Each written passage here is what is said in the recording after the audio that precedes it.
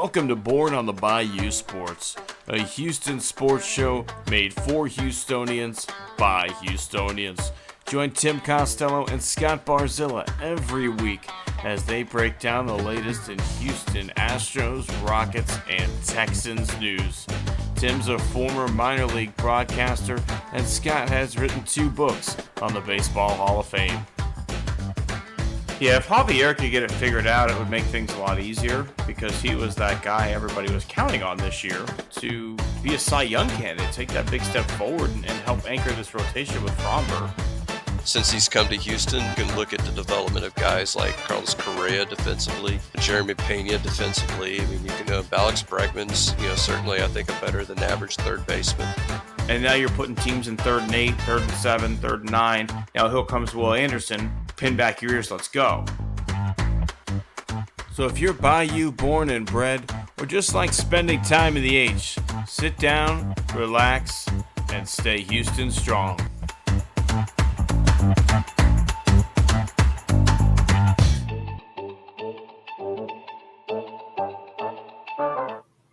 Welcome, all my friends, to the show that once again is back, and we're talking Houston sports. I'm Tim Costello. He's Scott Barzilla. Scott, how are you doing on this, well, not fine evening, but evening? Well, I'm doing better than the Astros. Yeah, sure. Man, I don't know what it is about Cleveland, but they seem to have our number after playing some great baseball. But also, to be fair, we are unbelievably beat up.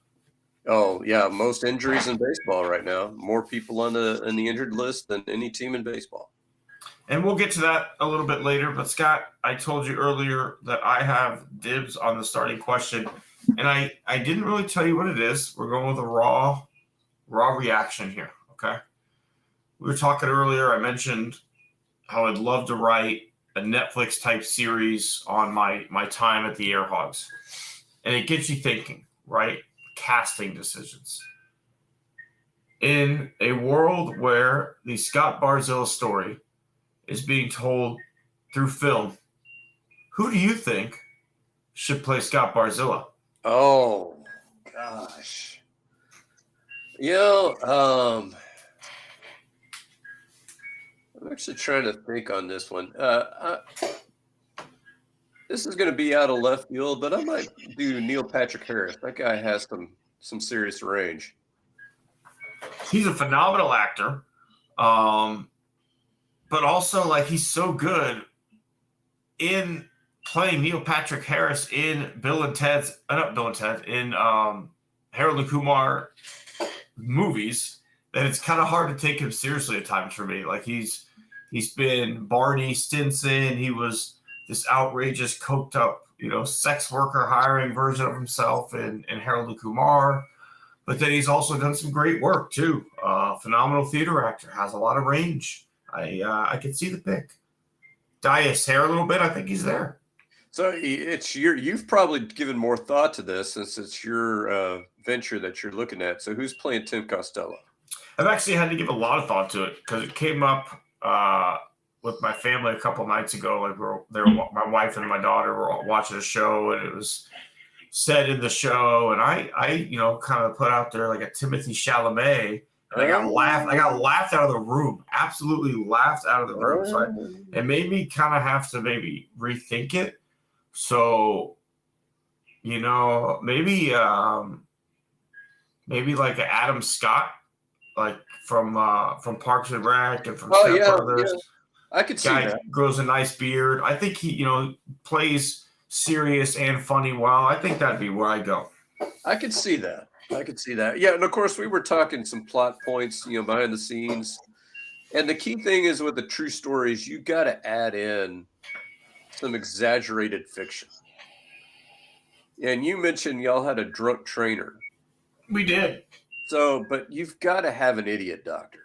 Yeah, no, we did. We definitely had a trainer who was fired for getting hammered during games and sneaking into the locker room after everybody left and just sitting there and just pounding out some brewskis amongst other things. And we had a clubby who broke into the safe in the middle of the night and stole a bunch of money, and then bought a shit ton of weed and then tried to be like a weed dealer. And then like he had just graduated high school, so we had to like call his mom and tell on him, so that the mom had to like fly down and like get her son. It was a wild first year. It was crazy, which is why, again, I think this all actually happened.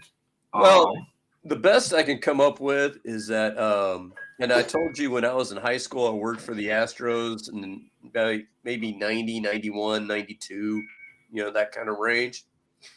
I don't know if you don't remember this guy, but you remember hearing of a Mark Portugal. I do. So, Mark Portugal, he has the single best story I've ever heard in my life. Bob Cluck was the pitching coach back then.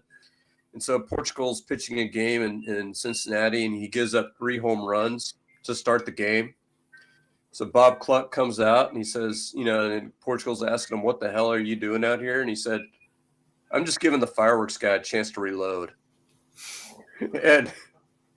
But the thing was about Portugal, what I noticed then is, he had some decent game on the mound, but that man was working it behind the scenes with the female reporters that were, watching the game, from they call it the Catfish Bowl back in those days, that area behind home plate. He was working it big time. Yeah.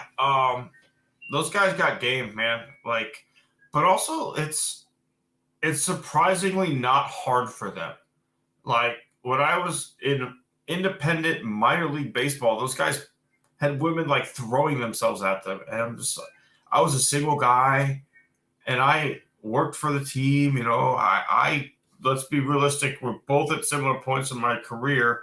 You're playing independent baseball. I'm broadcasting independent baseball. Yet they don't, I got no love. There's no, Annie Savoy's for the broadcast booth. But yeah, like these girls like would line up for these guys, and I'm like, he's hitting 250 in the American Association. Are you sure that's who you want to go for? Like, at least let me point out on the roster who's good. Chicks dig the long ball. They don't really dig the excellent promo in between the half innings there. Unfortunately. So there was a great story. Like when Strahm was still the Astros pitching coach, he had a pitcher. I can't remember his name off the top of my head, but this guy was the pitching coach for the Salt Dogs in Lincoln. And the story was that Strahmy went out there, and this guy had like bases loaded, 2 outs. He just needs him to get out of the jam, and he's like, "Look, man, I'm about to shit my pants. Like, can you get us out of this in like 4 pitches, or else like it's gonna be a problem in that dugout?" And the guy's like, he laughs. He's like, I can get it. I can do it in 3. And he 2 pitches later gets like a soft ground ball, everybody out of the inning. And I was able to confirm like that actually did happen. The pitcher told me like, yeah, that definitely happened. And he laughed about it. So. Oh man. Okay, Tim. So obviously good news, bad news over the last week. So I think everybody loves sweeping the Dodgers. I guess beating the Rockies 2 out of 3 is kind of meh. But we're about to get swept by the Guardians. So where are you on your Astros right now? I'm going to leave. Actually, I was trying to figure out what to name this segment, and I'm going to leave it the same as last week because here's how I feel. Fire the fucking trainer. Fire the motherfucking training staff. That's how I feel right now. You look at this lineup, and I texted you about it last night. I'm so surprised we found a way to tie that game up. Trammell is basically now the starting center fielder. Cooper Hummel is DHing and playing left field. Zach Short hitting second tonight, ladies and gentlemen. Zach Short playing shortstop. Like, this literally looks like an early spring training game, like when not everybody's even fully ramped up and ready to go yet. And I get injuries happen. I get, you got to be ready for these things. But, like, we don't have a great minor league system. I think any baseball analyst would tell you that. Like, we're not that deep. And we have really used a lot of it this year, right? Like, hopefully maybe 1 or 2 of these guys either click or show something that you can trade down the line, but like, thank God the All-Star break's coming because, again, fire the trainer, please. Jake Myers couldn't even make it through pregame warmups today and had to be helped off the field after he's in the starting lineup ready to go, trying to play with a pulled hamstring. These guys, what the fuck are you doing? Like, you told me this guy's ready to play a game and then has to be helped off the field and escorted out of the building? Couldn't even make it to the pregame warmups? Like, what is this training staff doing? They're killing the chances of this baseball team. Like, that's how I feel. Like, everybody's rushed back. Everybody has a setback. They talked about Bregman has an injury similar to, I think it was a 2021 injury, right? Where, like, his whole season was wrecked. Bregman was never the same guy.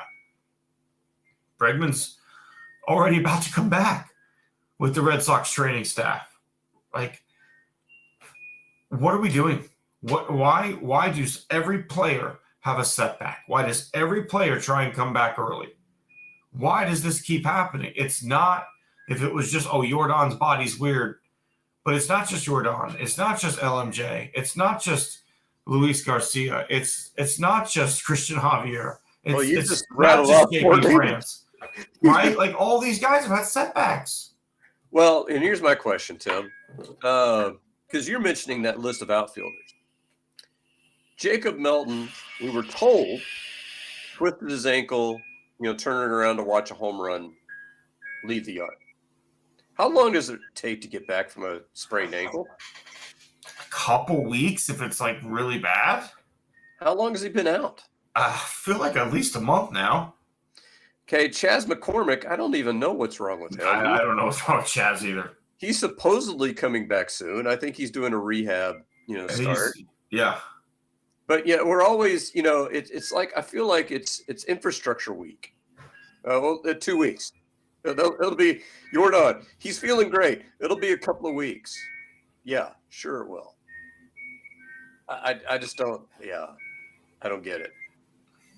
I don't either. Like, I sent you a screenshot of Dana Brown's comments today, right? Like, what the fuck? It was a big old bag of nothing, but we had to get something out. We had to let everybody know. It was pull it back up here. What did Dana Brown said? Not hitting yet. Hand is feeling really good. Got the good news with the imaging. Right now, he can hold the bat.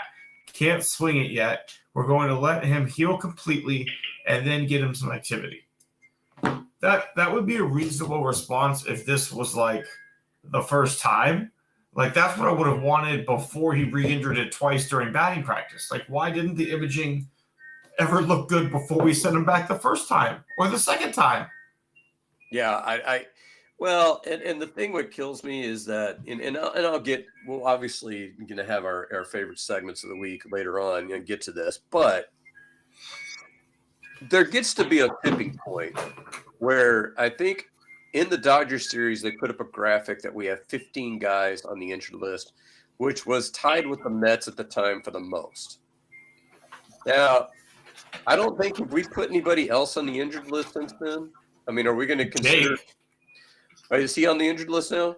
He's about to be after tonight. Well, I'm saying he hasn't officially been put on. I mean, if you want to consider Christian Walker on a quote unquote, I mean, he's not on the injured list per se, but paternity list after he was on a heater. I mean, that, what a time for that. But there gets to be a point where you cannot continue to function. You just can't.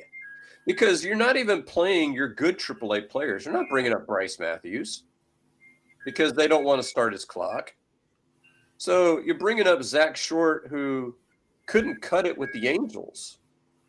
Cooper Hummel, who couldn't cut it with probably half a dozen teams now. Trammell was, he's been okay. I think he was with the Yankees and he's an indie guy. He got back to baseball through the indie world, so he's a guy who maybe could catch again. Like, he's the only one who I feel like is giving you good at bats right now. But and you look at, gosh, I just don't. I don't know. And when Mauricio Dubon is one of your best hitters, I love Doobie, but that's not his role on this team. But looking at this lineup, it has to be right now.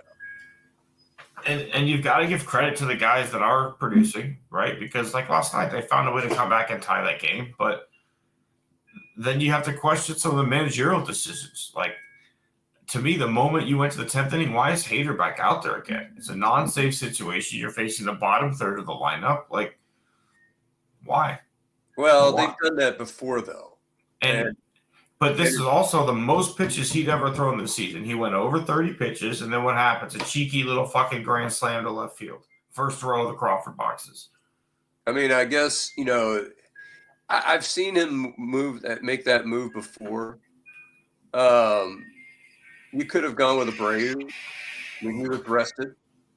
But the problem is with this team right now is that, you look, taking LMJ's last start out of it, you've got Hunter Brown, you got Framber Valdez.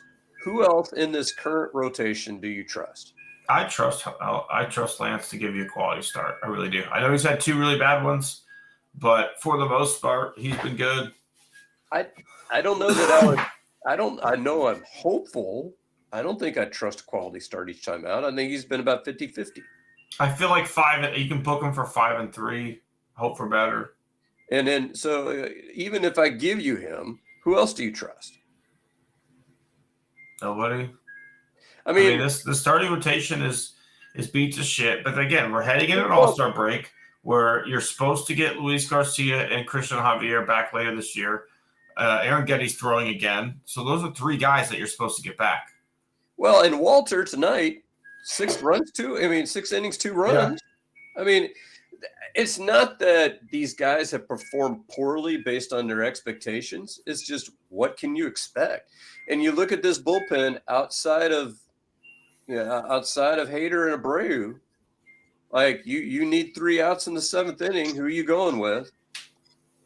That's why Hector Neris was signed back, right? Like, you don't go get a guy like that if you feel like you've got a dominant bullpen. Like, have they shown they can be good? Yeah. But, like, I don't have any people there. I truly, outside of Hader and Abreu, that I am ready to just go to war with. I'm with you on that. Do you really want Neris in the 7th inning protecting a 1-run lead? Not yet. He's pitched 2 scoreless innings as an Astro. So, good for that. But Neris is a guy who's consistently been better in Houston than anywhere else. Once he leaves, he goes somewhere else. It doesn't work out. He's come back to Houston, and it's worked out again. So there's something that our pitching coaches do for him that other people don't. Right now, I may be more comfortable with Neris in the 6th, working you out of like a tight spot, and bases loaded, you're up 1 or 2 outs in the inning, you come in to get Neris. Like, that's kind of been his specialty as an Astro, maybe that Maton role. But we're still missing an arm. I completely agree with you that we never really truly filled Ryan Presley's arm. Like, we filled the role because he was the 8th inning guy, and now Brady was the 8th inning guy, but we never filled that top level quality arm. You had 3 elite arms for the past 2 years, right? With Hader and Abreu and Presley. And even before that, Neris was at an elite level. So you had Neris, you had, Abreu and Presley. So you've had 3 elite arms. We don't have that right now. Well, we truly don't. We have 2 guys and then some other guys. What you have is you have a situation where everything is coming to a boil.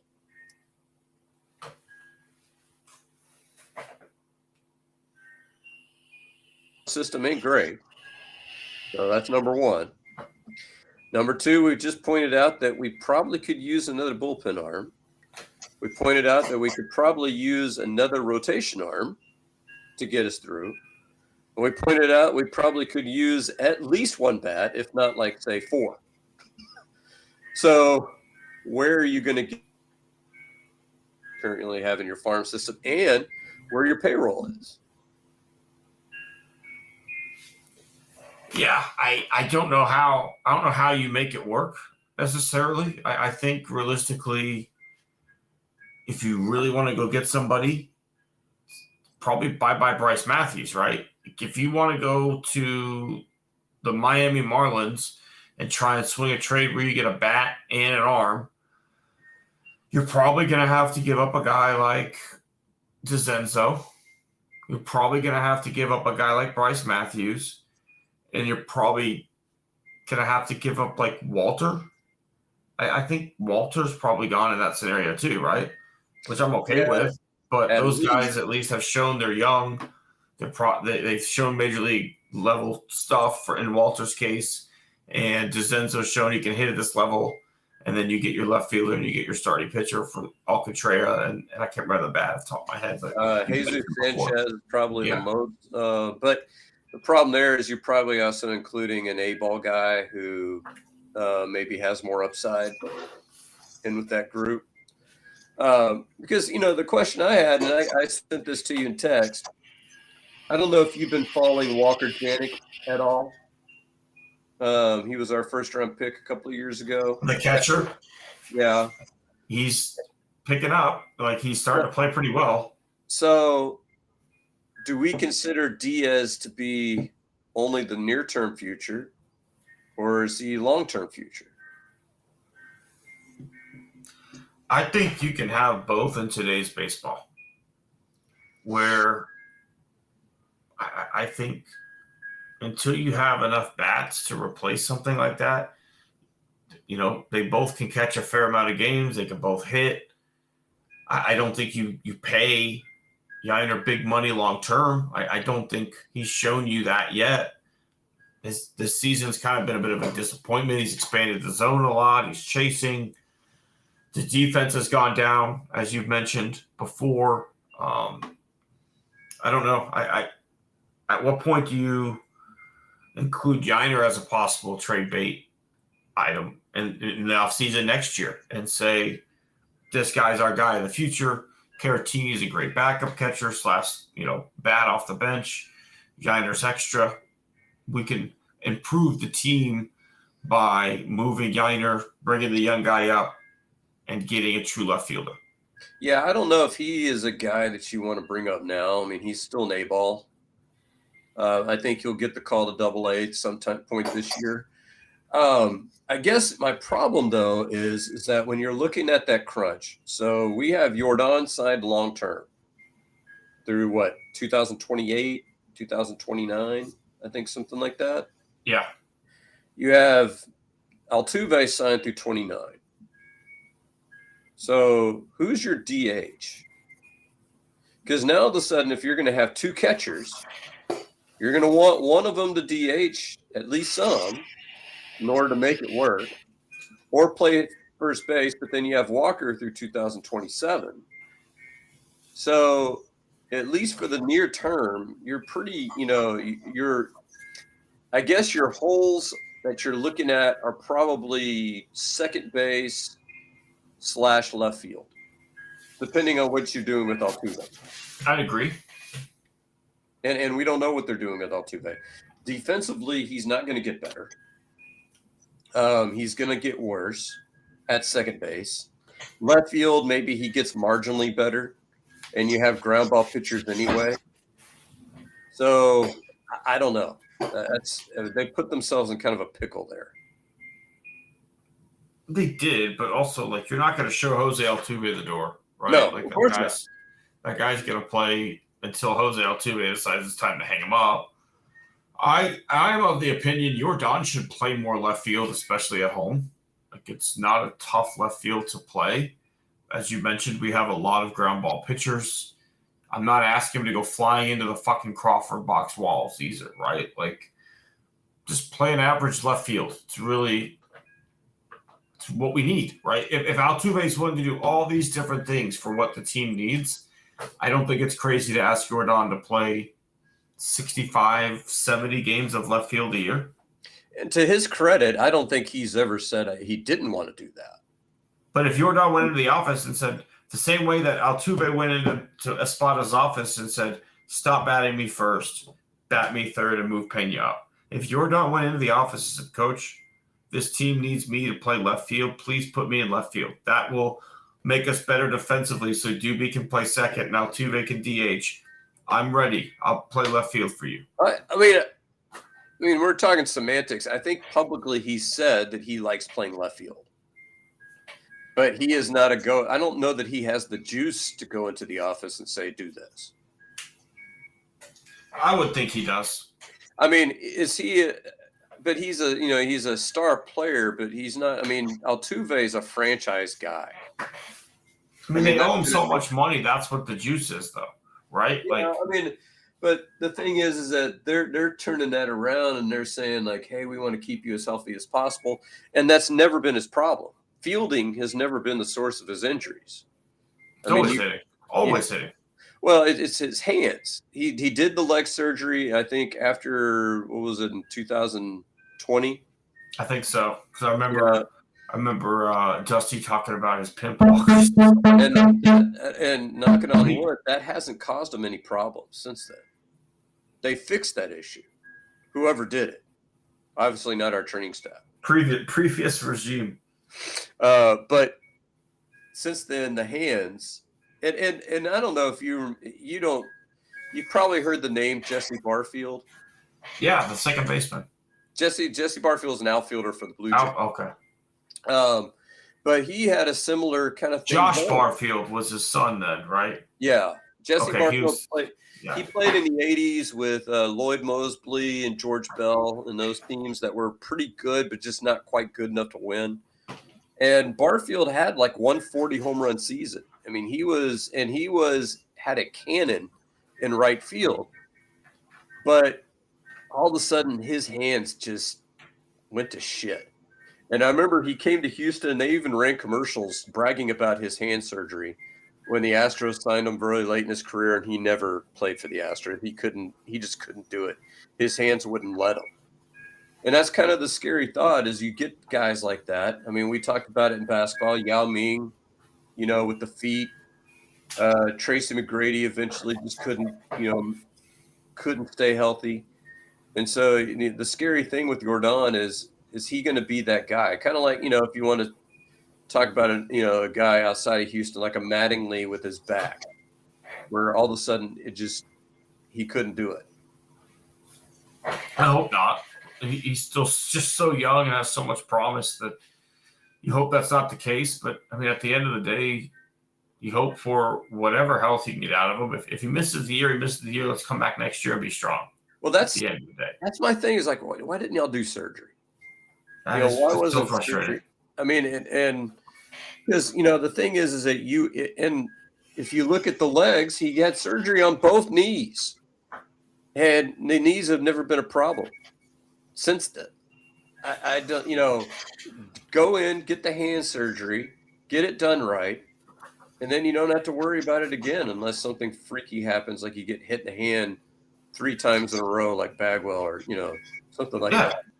But I mean, like, I'll use my brother as an example. My brother had an issue with bone spurs in his left, like on top of his left hand, and like really affected his ability to play golf. Right, like he essentially like is changing his swing because it hurts to turn it over, and he tried a lot of different things, but eventually he had to go in and he had to get a surgery where they shaved the bone spurs off your hand, and it fixed the problem. So like he did 3 or 4 different other treatments trying to avoid that surgery because it does take you out for some time. But at the end of the day, you had to go in, you had to get the problem fixed. Nothing else was going to come close to just fixing the problem. So if you're looking at, let's have a world where Jordan is back. And we'll have a world where Arrighetti and at least one of Garcia and Javier are effective. And we'll say Jake Myers is back from whatever what's going on. Pena's going to be back, right? So all these guys are back. You're looking at this team for October. What is the one position that pushes this team over, you think?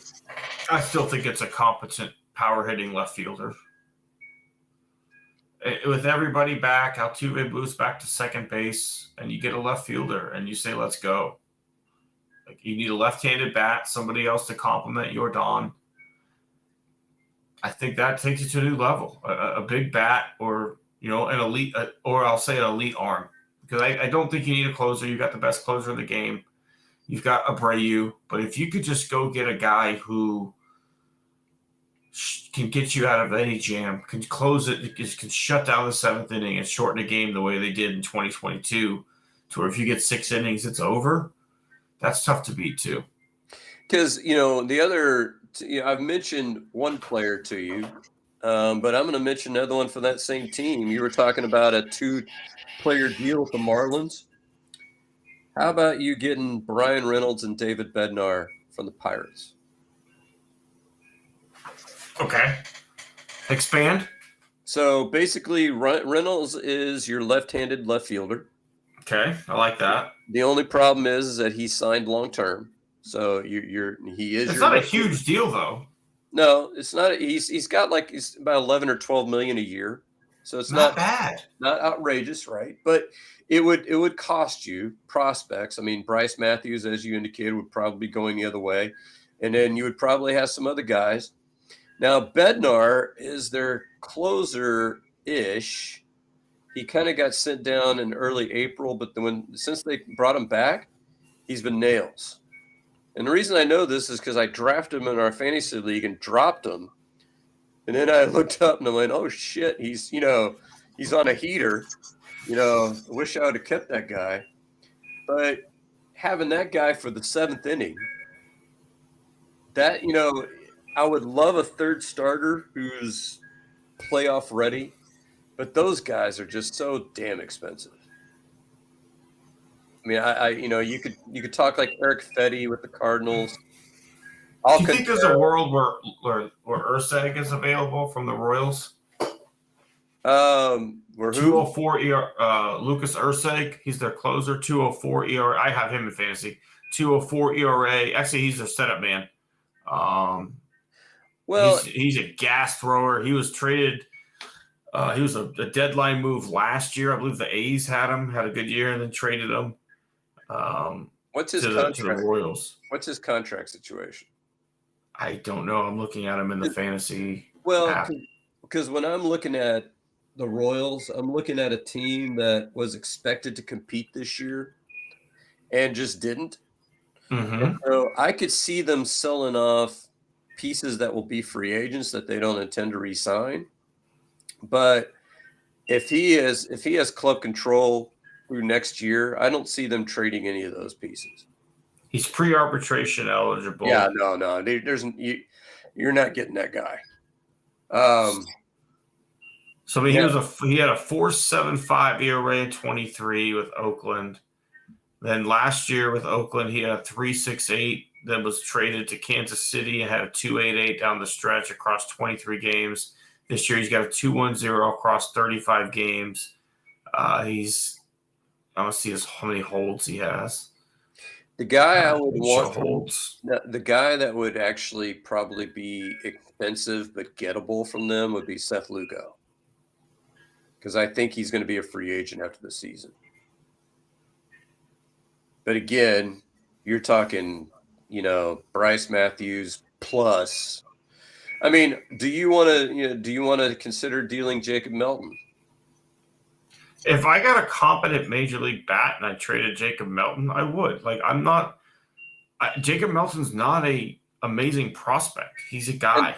And that's the other problem too, is that if you're another team, you could give me, because remember that Tejada trade where we trade like 6 guys. But they're all nobodies. Well, that's my point, is that, in order to even the Verlander trade, the same thing, right? Like we traded 4 guys who all became nothing. But the point is that the other team has to believe they can be something. And if I'm holding Seth Lugo, let's say, or Eric Fetty with St. Louis, I'm going to have a half dozen teams calling me about my guy. Why do I trade him to Houston when Houston can't offer me really anything of value? They could offer me 5 or 6 prospects, but yeah, like you said, who cares? None of them are going to do anything. But if I could trade them to another team that has 2 or 3 really maybe top 100 prospects, that's what I'm doing. Do you think the Rockies are going to play ball? I don't know. I got a name for you. Okay. Tyler Freeman can play second base, center field, third base. If you can play center, you can play left, in my opinion. They got him from Cleveland this year. They actually traded Nolan Jones for him. Hitting 340. Yeah, no. But this question is what are his Cleveland numbers? Because I think that might be more. He's been terrible everywhere, but his stats in Colorado, he was 3 years in Cleveland. 247 was his high water mark. 242 the next year. 202 this year before he got cut. But you could probably get him cheap. Yeah, but you're looking at a guy who's probably another like a Dubon kind of player. The guy I would be interested from them from a hitting perspective would be Ryan McMahon. Can play third and second. Lefty. Has hit at least 20 home runs every year of his career, except for 2020, which nobody did. So, I mean, and if you put him in Houston, he might be like a 10 to 15 home run guy. Yeah. Not great, but, it's something competent. But the Rockies, German Marquez would be the guy I would target from them, a starting pitcher. He's kind of like my Kikuchi of this year, a guy I think you could bring in and work some of that data magic and get him right. It'd be worth a peek, but yeah, heading into the All-Star break, I think you hope for health at this point. You got a series coming with the Rangers. Take 2 or 3 there, finish the break off, finish the first half off on a strong note, and try and get some of these guys back healthy, right? Chaz, we need you at this point. If Jake Myers really is injured and not hurt, we need Chaz to figure it the fuck out, and we need him to get back. But let's talk a little Rockets, Scott, because the details of the the contract for who's the defender we just signed? I just lost it. Finney Smith? Yes. The details of that contract came out. And yes, it's a 4-year deal. Only the first 2 years are guaranteed. So when you look at these contracts that Stone is signing, is there anybody better? Like, I loved Daryl Morey as a GM. I thought he was great. He made moves. But you look at the position that Stone has put the Rockets in. You've got Sengun locked up long-term for realistically probably below market value. You signed Jalen Green for enough that you could trade him and it wasn't a huge hit for other teams, but not too little that you couldn't put him in a package to get a guy like Durant.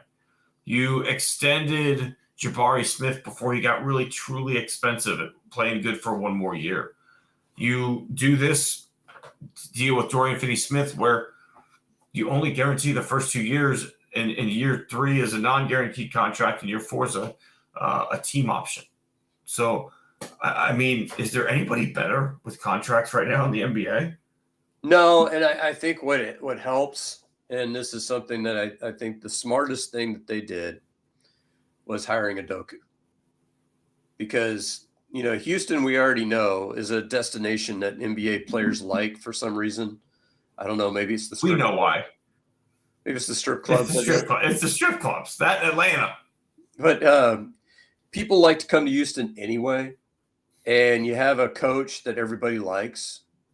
So it really helps to have that hammer where, hey, you want to come here, you're going to have to do, play a little ball with us.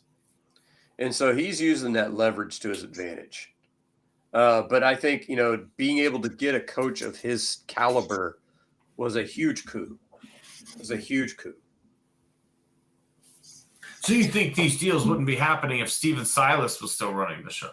Why would you come to Houston? I mean, it'd be like, if David Culley were still coaching the Texans. Yeah, I want to go play for David Culley. No, you're right. Ime makes it a lot easier, but I mean, it's still the work that Stone does to put these deals together. I'm a believer in Jabari Smith. I love his game. I think he's going to have a huge year. And if you waited one more year, he's a max guy. If you wait another year, I feel like just because of where he was drafted, he would be getting a much bigger contract if we didn't sign him somewhere else. If you let him play for next year, have a great season, and you don't sign him to a max, he's gone. But instead, you sign him before, you lock him up long term. It's still not a bad deal, $20-something million a year.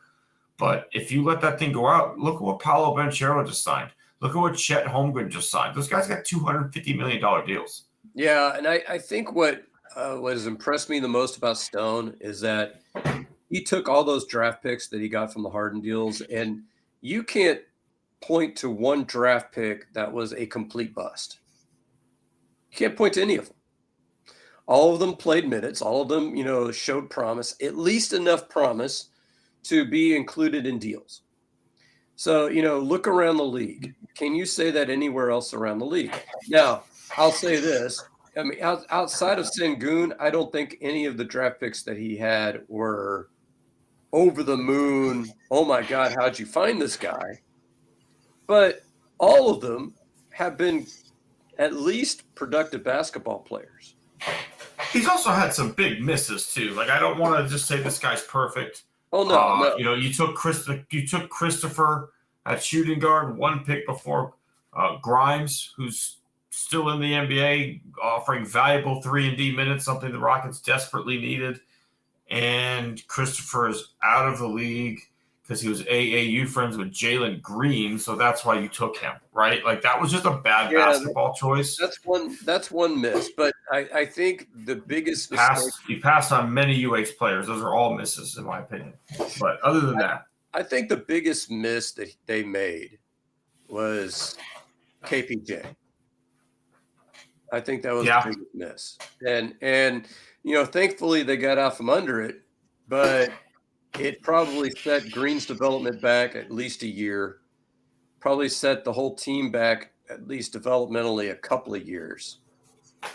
And I'll get to and I have another example of that kind of thing a little bit later in the show. So just stay tuned. And even to an extent before the abuse situation, because that was inexcusable. But before then, from a purely basketball perspective, you can almost understand it a little bit because there was so much talent there. To the point where even after everything he's been through, he's now starting in Milwaukee and was on a playoff team with Giannis Antetokounmpo starting. So it's not like Stone was wrong from a basketball perspective, but from this team, from this environment, a bunch of young rookies, Kevin Porter Jr. was a terrible person to have around all this young talent. And I don't want to say in fact, but he was a cancer in the locker room. He didn't provide winning mentality as the locker room leader. And it was infectious to everybody there. I think in another big move, we didn't talk about this yet, but the Rockets did finally deal Cam Whitmore. They dealt him to the Washington. Now, I've seen somebody do this, and I actually think that this would be cool. If you combine the Wizards and the Bullets, you get the Buzzards. I mean, wouldn't that be a pretty cool team? I thought you could tell me the Woolits. So swooping down for the kill, the Buzzards. But no, they trade him because he's from Maryland, and he thinks he'll get to play more there. So they worked with his representatives to find a good destination. And what that does, though, is that's a signal to the rest of the league. When you're talking about the contracts that he was able to sign, hey, we're going to look out for you. We're going to take care of you.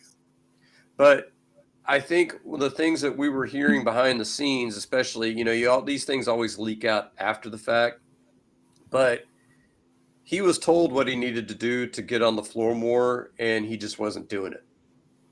So I think the biggest signal that this team is moving forward is when you can take a talented guy like that, who, I don't know, pound for pound, you take Durant out, he might be the most talented guy on that roster. I mean, just watching him play in certain moments where you're like, he just scored 20 points in 15 minutes.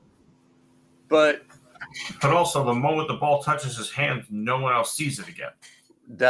Yeah. And the thing is that in order for the team to move forward, he had to go out. And that's another great sign that this team is moving forward. Cam Whitmore, as you said, is a very talented basketball player, right? And there are places for a guy like that to play in the NBA and to make his money and to be there long term. And those are losing basketball teams because he doesn't play winning basketball. Cam Whitmore will get his when he's on the court, right? Like, hey, you're only going to play me 12 minutes? That means I got to force up my 35 minutes worth of shots in those 12 minutes. He going to get his, and it'll look good, but it doesn't help the team. And I think you're absolutely right. You can't teach a dog new tricks. You can't change stripes. You can't, right? Like at some point, a guy is who he is. He's shown you he's a selfish basketball player. That's really what it is. He is a selfish basketball player, and the Rockets team thrives on unselfish play. This is a team that moves the ball. That last year they didn't have a true number one scorer because, as you said, it was matchup dependent. Any night somebody could go off. It could be Jalen's night. It could be Fred's night. It could be Sengun's night. It could be Brooks's night. Now you have a number one scorer. If it's going to be fed to anyone, it's going to be Kevin Durant. And then after that, you have to play unselfish basketball. There's no room for a guy like Cam Whitmore to come in for 10, 12 minutes a game and chuck up threes when you have Kevin Durant already. We have to get so many touches for him per game. Everything else has to flow freely and go to the best look the possession has, not to, hey, we need to get this guy a shot. Cam hasn't shot the ball in enough time. Let's get Cam a look. And of course, this is all Cam's inner dialogue, like as he's talking to himself, like, ooh, Cam needs a look, baby. Let me go. Like he's the Leon of the Rockets. Cam's feeling it. Oh, I can't do this by myself. I need some help. I need 4 more Cams. Your 8 turnovers didn't play a role in your mind? You didn't see anybody else picking up the ball, did you? But yeah, I mean, Cam had to go. You're right. There's so many, and this, I want to talk about this more. I'm gonna say the fans are frustrating in this scenario, and I'm gonna get back to that a little bit later in the show. But that's all I'll say on that right now. The reaction is not what I thought it would be, and we can touch on that a little more. All right, yeah. Are you ready for some awards? I am ready. I guess it's time to touch on that then. Yeah, I've got one for you. So, speaking of selfish play, I don't know if you knew this about me, Tim. I coached volleyball for 5 years. I did. So what I can tell you is that none of my teams were, wildly successful. But I coached at other places other than G-ball. So, I had some teams. I coached some club teams that were okay, right? My best teams were my teams where the best player was also the hardest worker. My worst teams were the teams where the best player was the biggest goof. So when you're looking at, a punch in the throat or a pow right in the kisser, I'm going to go with one Rafael Devers, because here's what was reported just recently. You heard of Will Clark, Tim? I do remember Will Clark. You've heard of him? Very familiar with the Mississippi State first baseman Will Clark. So, they called him the natural. Whenever he'd hit home runs in Texas, whenever he was healthy, they played the natural music because, that's who he was. Fantastic defensive first baseman. So he agrees to, as far as I know, I don't think he's an employee of the Giants. He's a ambassador kind of thing for the team. Played there a long time. Had some good years there. Yeah, I don't think he's like a paid instructor. No, for the Giants. So it was a favorite of Matt Williams. So he comes in and sits there and says, you know what, I'll come in and I'll do some ground balls with Devers at first base, kind of show him the ropes. So Devers does not show him up, or stand him up once, not twice, 3 times, Tim. 3 days in a row stands him up. So, to me, number one, what the fuck? I just don't. I mean, I'm trying to think in my line of work or in my play. Like, let's say I'm not a good putter. So let's say Ben Crenshaw, famous putter, right? Says, Scott, man, I've noticed some things about your putting. I can't do anything for you right now. I'm a little busy, but hey, if you come tomorrow for about an hour, I can work with you and I can help you out with your putting.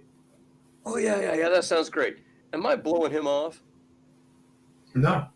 I mean, and if something happens where I'm busy, I'm going to find some way to get in contact with him to say, hey, I really wanted to meet with you today, but something came up. Can we reschedule? I'm not going to sit there and say, who's that fucking Ben Crenshaw guy? So he's won 2 Masters. Who gives a shit? Those are only the hardest greens in golf. Okay, fine. I'll continue 3 putting. Fuck you very much. I mean, what the hell? I wouldn't do that. If somebody, who's like a legend in my district working with special education said, hey, I noticed some things that you're doing, maybe I could help you out. Am I just going to sit there and say, fuck you? No, that'd be stupid. But everybody who's crushing the Boston Red Sox for that trade, maybe now, hopefully they'll begin to understand what the hell they were thinking. Because I can tell you is that, it's the same thing with Cam Whitmore, that you're not going to win with that.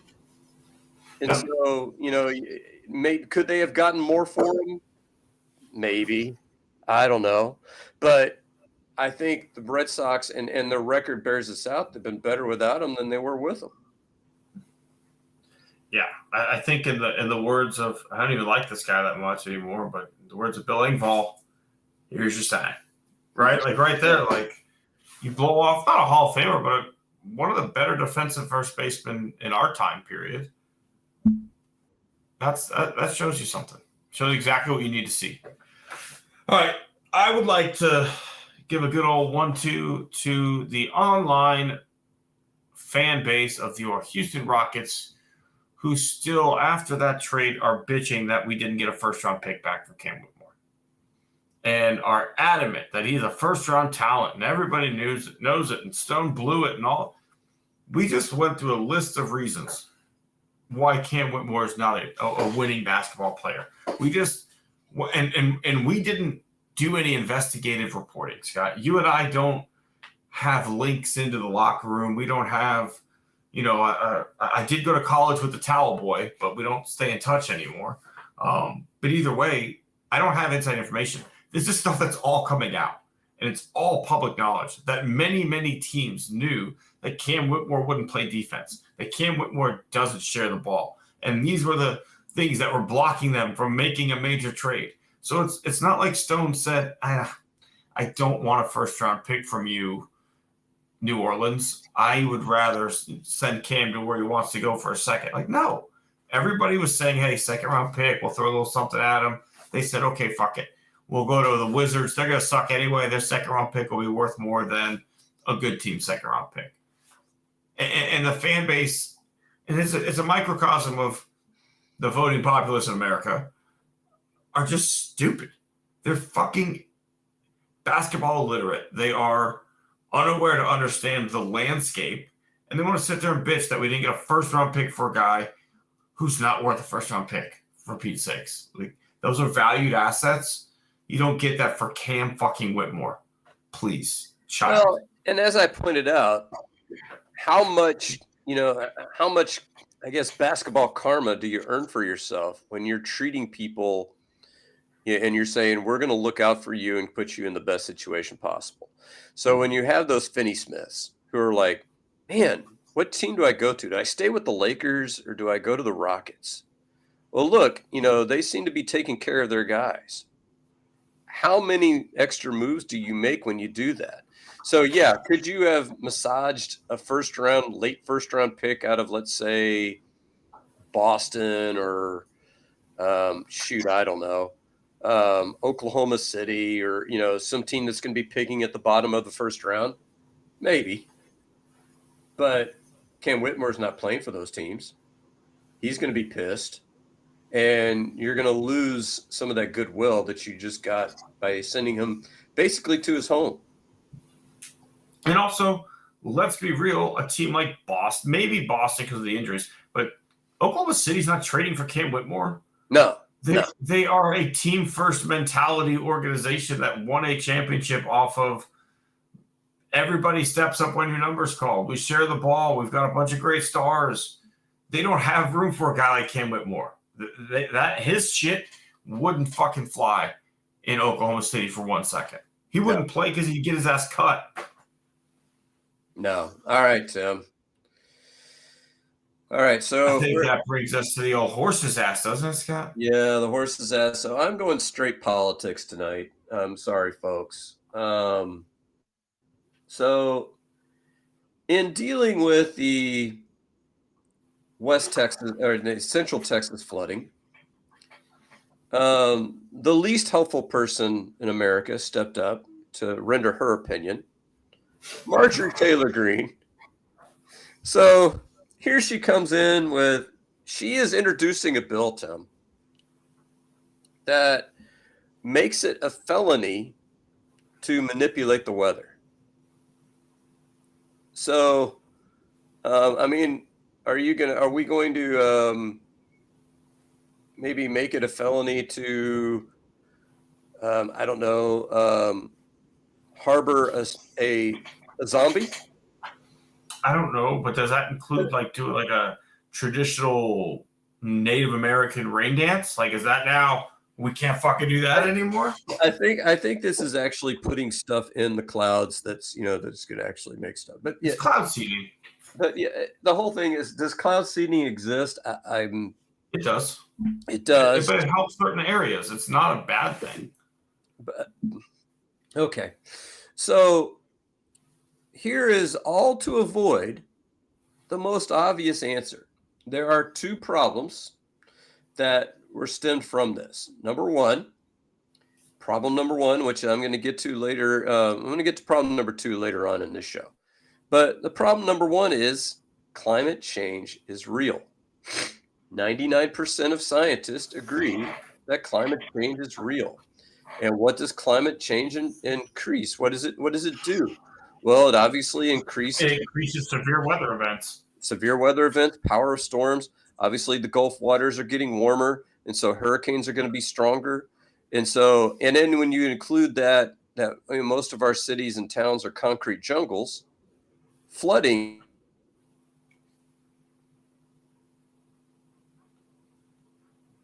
There's another thing that's going on with this that I'm going to save a little bit for later. So I'm going to cede this back to you, Marjorie Taylor Greene. Good Lord. Yeah, you cut out a little bit there, Scott, but I tend to agree with you pretty strongly there. And I think, I saw that clip today that really sums it up. I preface this, I'm not a liberal, I'm left of liberals, but many liberals believe that when some of these catastrophic weather events happen to red states, they finally be like, oh my God, global warming is real. Kind of like the Man, Bear, Pig episode in South Park, right? Like when it actually attacked, people realized it was real.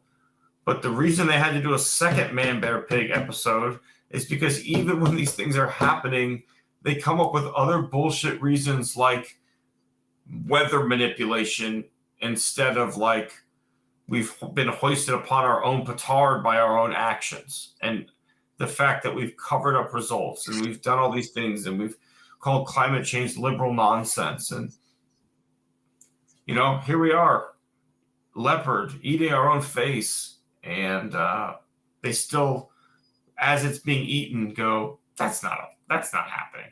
No, it's a mosquito bite. Don't worry about that. It's pretty bad. So I'll be honest, originally, I I'm going to keep it. I'm going to keep it. You know, I understand you're going political on this one. I'm going to keep it not political on this one. I'll go political on my next one. Oral Hershiser is my horse's ass this week. In the 18-1 ass whooping that the Astros offered the Los Angeles Dodgers in Game 1, Oral Hershiser literally made the comment that the Astros are playing like they know what pitches are coming. It reminded him of 2017, yada, yada, yada. Number one, Jose Altuve is the only player left from the 2017 team, and he did not use the system. Number two, we were on the road. Number three, in 2018, Sports Illustrated wrote an article about all these random cameras that kept popping up around Dodger Stadium that weren't part of the broadcast, and no one knew what they were. I don't know, Dodgers. And number four, every single front office person who was involved in that is gone.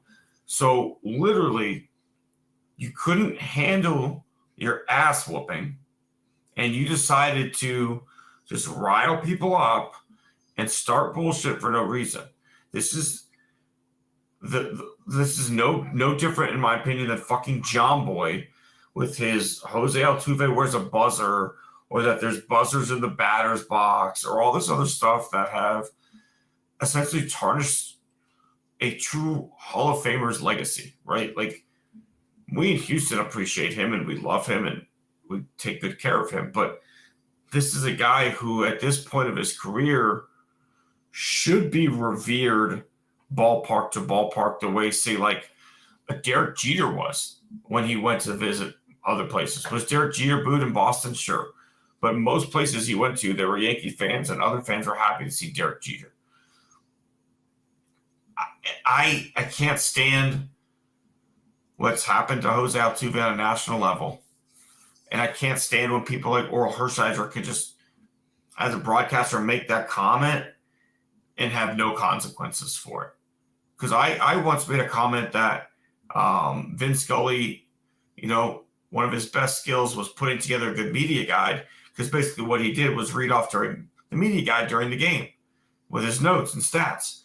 And someone was pissed. How dare you say one of the greatest broadcasters of all time reads off a media guide? What the fuck do you think he does? He just pulls these numbers out of his head? But, like, I still had to acknowledge that I said something that offended people.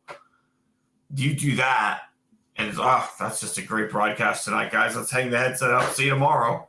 Fuck you, Oral. So, do you know who's paying John Boy now? Isn't the Yankees network buy him? Someone big bought him. Major League Baseball. Oh, yeah. That pissed me off. Yeah, and so it's just and you know what? Actually, you know, but it is also how you phrase it. Did they know what was coming? Maybe. Like last night, Hunter Brown kind of intimated that he thought that these Cleveland pitchers knew what was coming, because maybe he was tipping his pitch. So, you know, that's always possible, right? But I don't think 5 pitchers were tipping their pitches in that 18-1 game. So, you know, it's take your loss. It's one game. Yeah. I mean, you guys are the most expensive roster in baseball by far. You took a beating, and your response, instead of taking it like a man, is to whine like a little bitch on your little television network that half of LA can't even watch. So, again, fuck you, Oral Hershiser. All right, Scott, let's give a tip, a little tip of the cap. Something good, some happy times. So I'm going to tip my cap to a guy that, you know, I think probably we criticize in every show, at least during baseball season, because, you know, it's kind of, I'm not going to say it's our job, because you and I don't get paid for this, but I look at it as our responsibility. Our responsibility is to call out moves that we think were bad during a baseball game, decisions that we think were bad. So I am tipping my cap to Joe Espada, because this team has no business being anywhere near first place. You look at the roster that this team has right now. I mean, I feel like that guy, remember that construction worker in Major League? You know, Who the fuck are these guys? well, my favorite is when he just throws in a guy that you never hear about in the movie, Mitchell Friedman. It's like, what did The Economist start playing baseball? What the hell? You know, but I mean, Taylor Trammell, Cooper Hummel, Zach Short. Who are these fucking guys? Cesar Salazar? Who are these fucking guys? And this is the roster that's playing right now. I mean, and they have more injuries than any team in baseball. We've talked about the problems with the training staff. It seems like, you know, it's almost like, here's a shit sandwich, Joe. You know, you're gonna have to turn it into something edible. And he's done it. Yes, they just got swept by the Guardians. But look at what Look at the lineup. Look at the roster he had. I mean, he's starting Brandon Walter. Who in the fuck is Brandon Walter? I mean, who are these guys? He's about to be the centerpiece of a trade here real soon, is who Brandon Walter is. But, you know, and it's because, and what's funny is the team that gets him is going to realize, oh, wait a minute, it's Brandon Walter. I mean, same thing happened last year when you got to play La Perfido and you pitched. Hey, he's hitting 400. He got called up a few days ago. He started off on a heater, but no, Joe Espada. I'm going to probably criticize you in our next episode for something you do. So before I do that, just know that I'm tipping my cap to you because overall, you have done. If you're not the manager of the year through at least the All-Star break, something's seriously wrong. I could not disagree at all with that. He's a great choice. I think last night he let Hader stay in an inning too long. Yeah. But as we talked about, what's your other choice there? Like, where else do you go?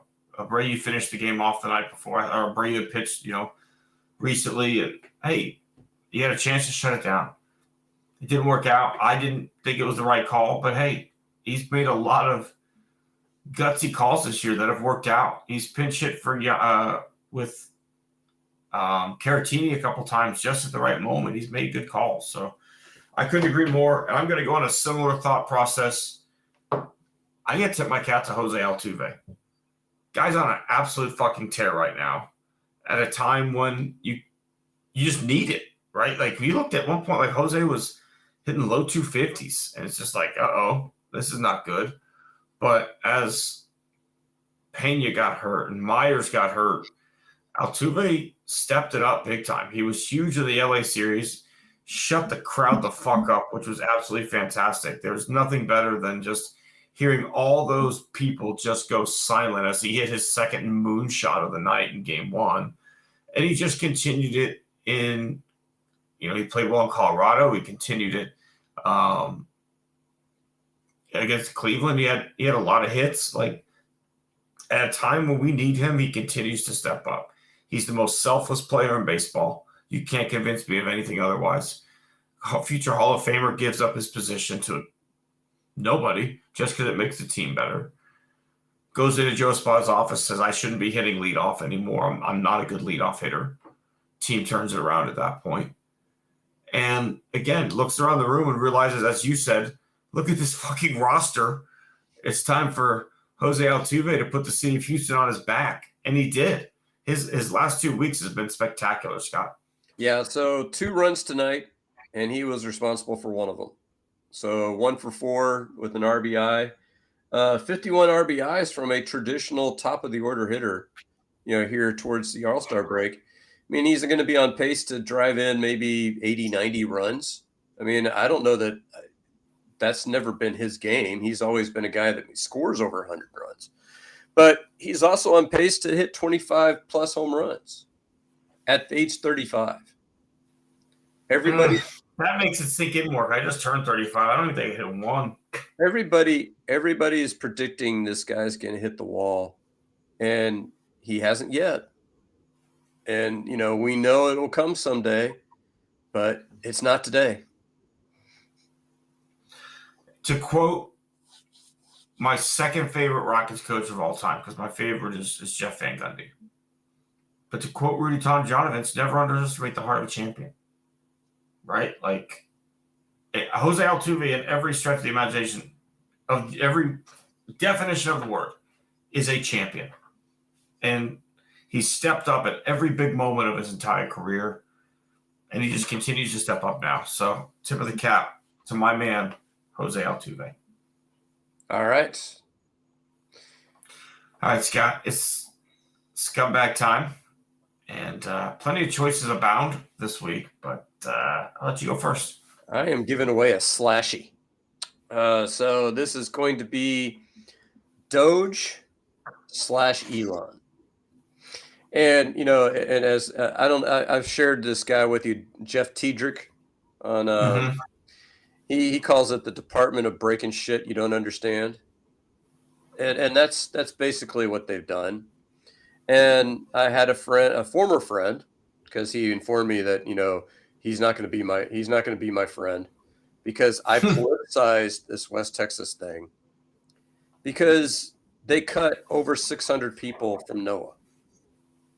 So is NOAA able to forecast weather? Sure. They've got people working there. Were they able to communicate that with the people in Kerrville and the surrounding areas? That's so much. And, you had those, girls who died tragically in a camp.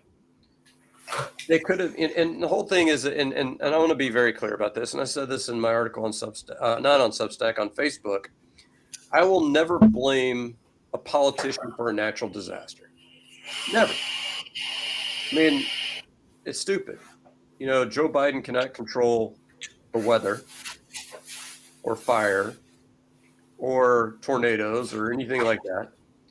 But what you can do as a politician is you can control your response to it. And so if you're going to sit there and say, screw FEMA, we're not going to have FEMA anymore. If you're going to say, NOAA, you know what's funny, Tim? Do y'all have an Alexa device at home? Several. Yeah, we do. We do as well. So we have asked Alexa 5 days in a row whether it's going to rain. 5 days in a row, it said there is a 51% chance of rain at around 5 o'clock p.m. and about 0.15 inches. So what are the odds that there actually was a 51% chance 5 days in a row? 5 to 10%. If that, statistically, that's, probably nil. That'd be like, flipping heads 5 times in a row. You can probably calculate the odds on that, right? But the problem is that NOAA doesn't have the ability to forecast weather as well as it did before.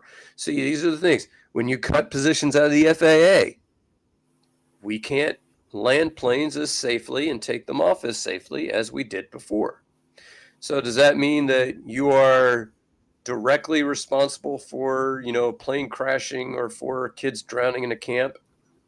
No, I don't think Ted Cruz is running out there and drowning kids. But when you are in favor of cutting back the agencies that we use to keep those things from happening, or at least warn us that they're going to happen in advance so that we can do something about it, then you're partially responsible.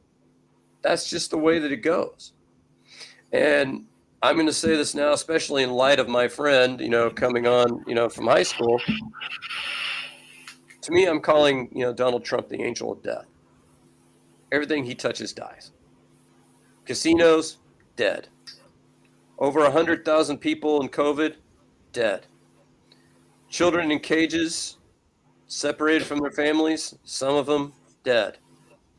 People sent to, prisons halfway around the world in countries they've never been to, most of them are probably going to be dead.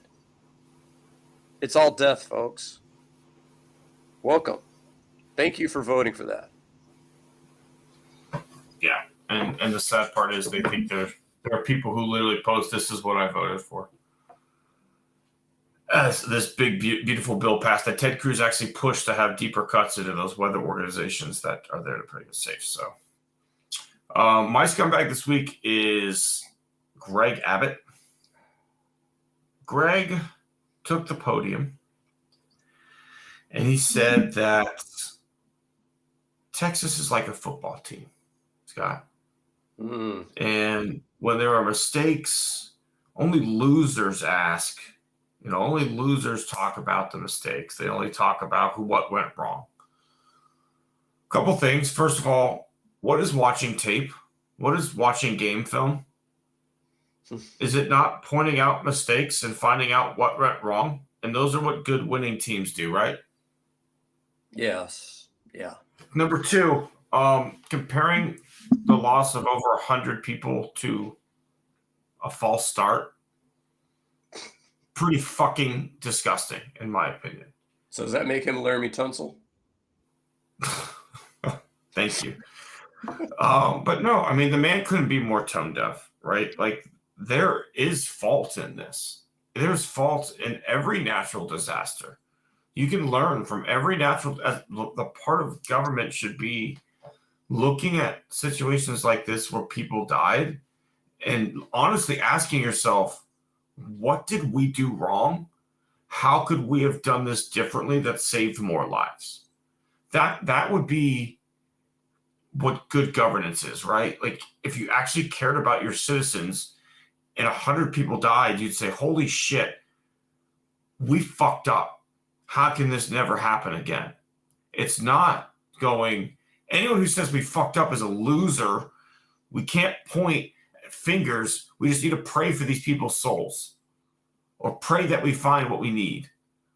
Like, you and I both know, obviously, there's a time for prayer. Like, prayer is a powerful tool, but it's not something you use instead of like actual tools.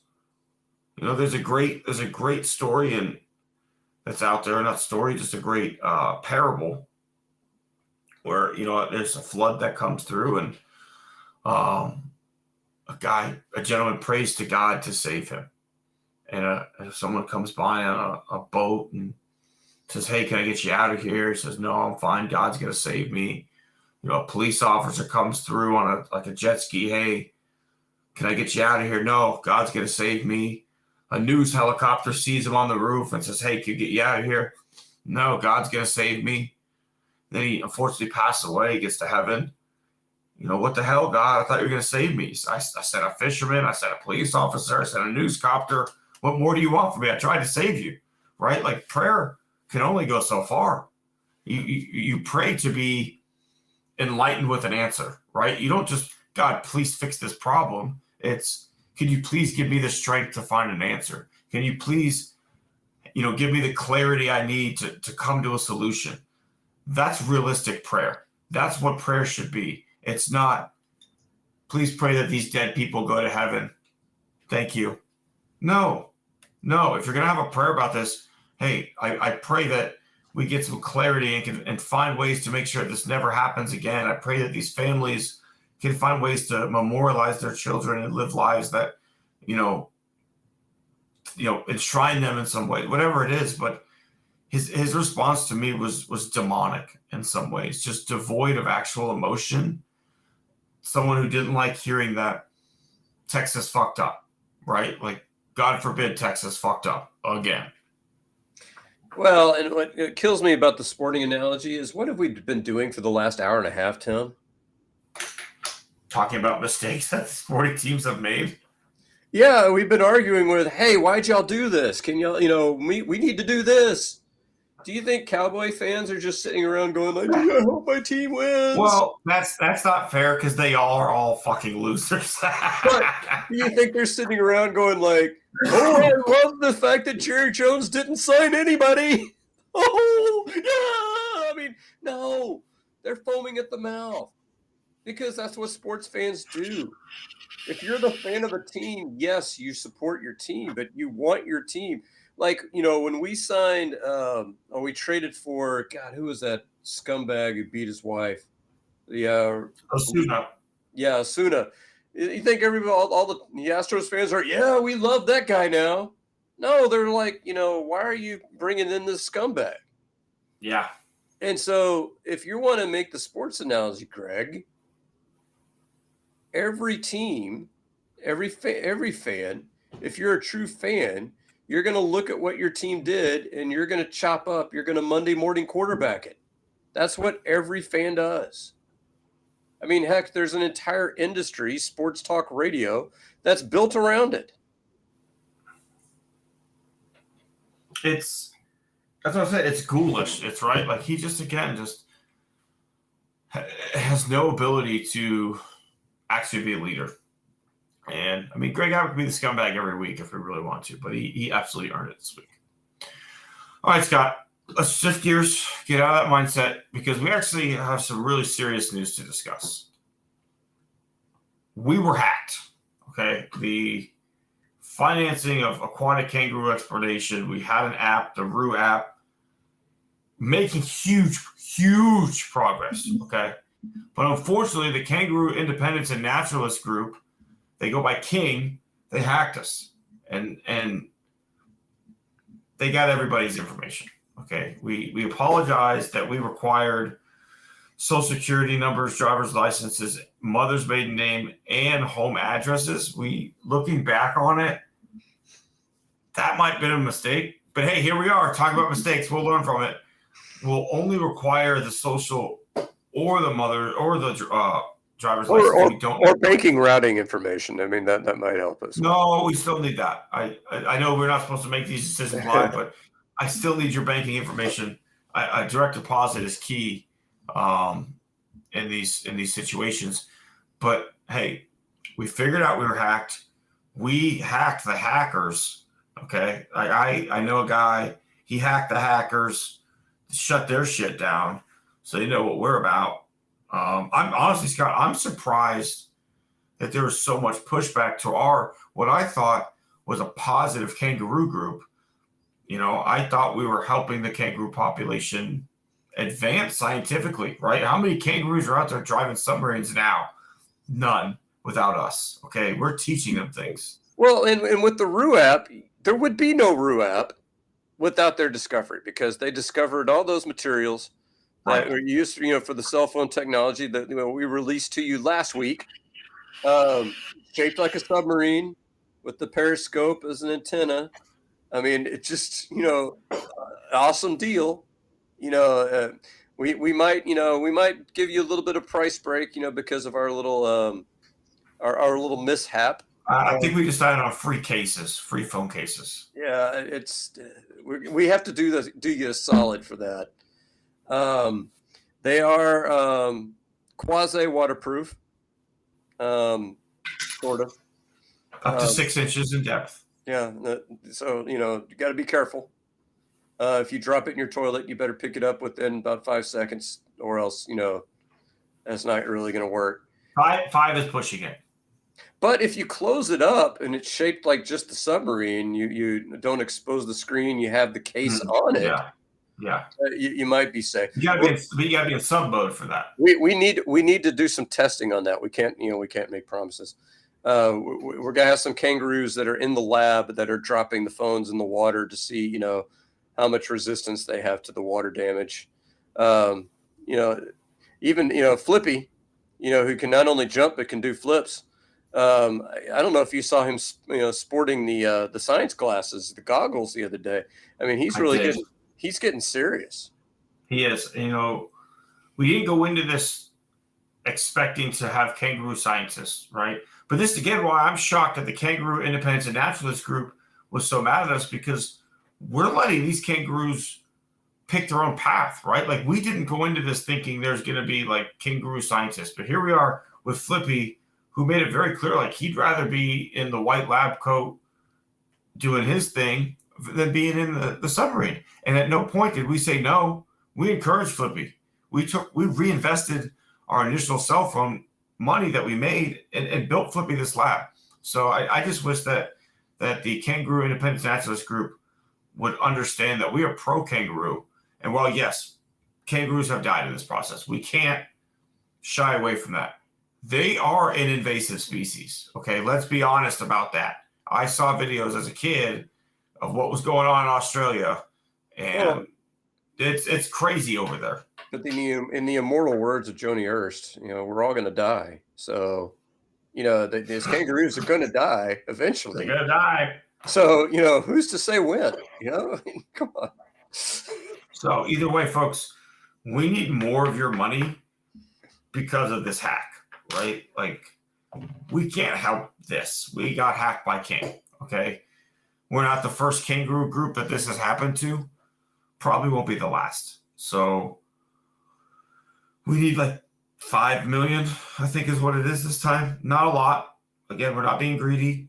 This whole thing has been about the exploration and the growth of knowledge, right? Scott and I are not in this to get rich, nor have we've gotten nothing out of this, right? Everything has been reinvested into the organization. Flippy But needs a this lab time, partner. we need 5 million. Flippy needs a lab partner. We need to train another scientist to work with Flippy. I mean, some of these experiments require 2 kangaroos. We need to train another one. That training costs money, folks. So again, fake@gmail.com. Send the money. Venmo works. You can find us on there. I have Zelle. You want to send me Zelle? If one person sends 5 million, that'd be great. I know that's chump change for some of our listeners out there, like Mr. Weiser. I know Bud is a real good guy. I think he can take care of it in one fell swoop. But I don't know. There's a police captain I met Morgan. So Police Captain Morgan, who was interested in working with us as well. So hey, maybe if Captain Morgan and Bud Weiser can chip in, that'd be great. I thought he was a lieutenant colonel in the Navy. He was, but then he retired. Obviously, pension, things like that. Then had the opportunity to join our nation's police force and became a captain. Oh, so he got promoted. Okay, fantastic for him. Yeah, Captain Morgan's just killing it. He's kind of a spicy guy. If you get to know him, like every now and then he's kind of spicy about things. But I don't know, nice overall smooth kind of guy. Every now and then spicy. Yeah, I was reaching out to my good buddy I knew from college, Joseph Cuervo, good guy. I was reaching out to him. Maybe he can donate some money. If you hang out with him, you probably need to kind of suck on a lime every now and then. Kind of makes things a little bit easier. Does he have scurvy? Yeah, he might. I've never seen him eat too many vegetables.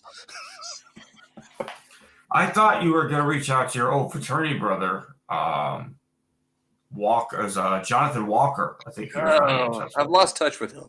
With him. He's a classy guy. Yeah. Kind of goes through a blue period though. Well, he is. There's 2 brothers, black and red. So it's kind of tough when you're Johnny Blue, you're Johnny Black, you're Johnny Red. The family was very confusing. I went over there for dinner one time. I had no fucking clue what was going on. All right, Scott. That's going to do it for us here. We really need your money, folks, our listeners. Look me up on Venmo, fake@gmail.com. We need your money. Support a great cause, kangaroo exploration. So we appreciate everybody. We'll see you next week on Born on the Bayou Sports.